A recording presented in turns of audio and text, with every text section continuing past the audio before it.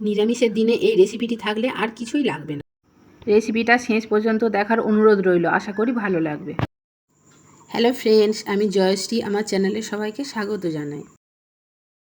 এই গরমে কারোরই রান্না করতে ভালো লাগে না, কিন্তু কী আর করা যাবে, রান্না তো করতে হবে। তো চলো, আজকে আমি রেসিপিটি শুরু করে দিয়েছি।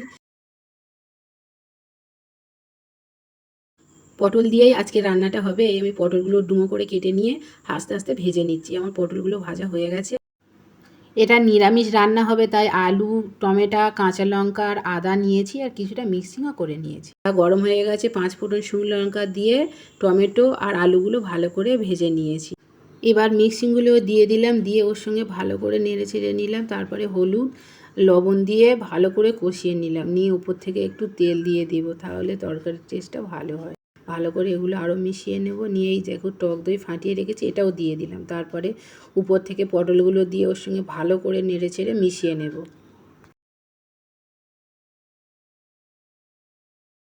এরপরে উপর থেকে একটু ভাজা মশলা দিয়ে দিলাম।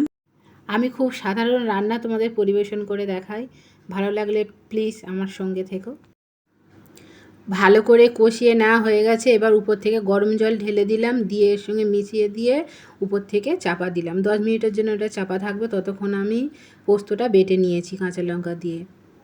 এই দেখো, খোলার পরে আমার তরকারিটা ফুটছে, আর এইরকম আলুটা সিদ্ধ হয়েছে কি না দেখে নিতে হবে। এবার উপর থেকে পোস্তটা ছড়িয়ে দেবো, দিয়ে সামান্য একটু ফুটিয়ে নেব। এই আমার পটল পোস্ত রেসিপিটা তৈরি হয়ে গেছে। বাড়িতে একবার ট্রাই করে দেখবেন, গরমের সময় এটা খুব ভালো লাগে। এর সাথে ছিল ঢ্যাঁড়স ভাজা, আলু ভাতে আর একটু ডাল। এই ছিল আজকের দুপুরের মেনু। ভালো লাগলে একটা লাইক কমেন্ট করে দিও। দেখা হবে অন্য ভিডিওয়। টাটা।